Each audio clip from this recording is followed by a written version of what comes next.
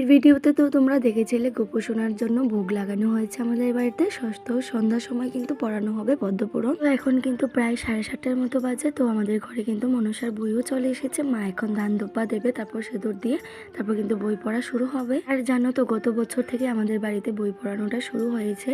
আর ভেবেছি যে এই বছর হয়তো বা পড়ানো হবে না, কিন্তু বলে না যে মনে যখন ইচ্ছা থাকবে তাহলে সেটা পূরণ হবেই। এখন কিন্তু কীর্তন শুরু হয়ে গেছে, তো সবাই কিন্তু এখনো আসেনি। তো আস্তে আস্তে সবাই আসবে। তো সবটাই কিন্তু তোমাদের সাথে শেয়ার করবো। আশা রাখছি তোমাদের ভিডিওটা খুব ভালো লাগবে।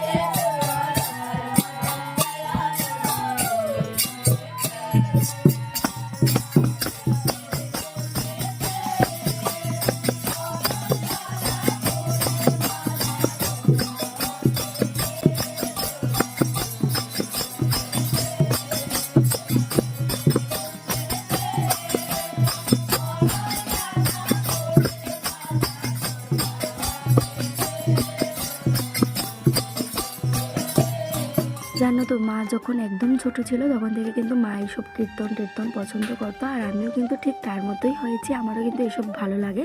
তো কীর্তন শেষ হওয়ার পর এখন প্রায় 12টা বাজে। এখন কিন্তু সবাই বসে পড়েছে প্রসাদ নিতে। আর সারাদিন এত খাটাখাটনি করেছি যে আমি সুন্দরভাবে কোনো কিছুই গুছিয়ে ব্লগ বানাতে পারিনি। তো এখন প্রায় 1টা বাজে, আমরা সবাই বসেছি প্রসাদ নিতে। আর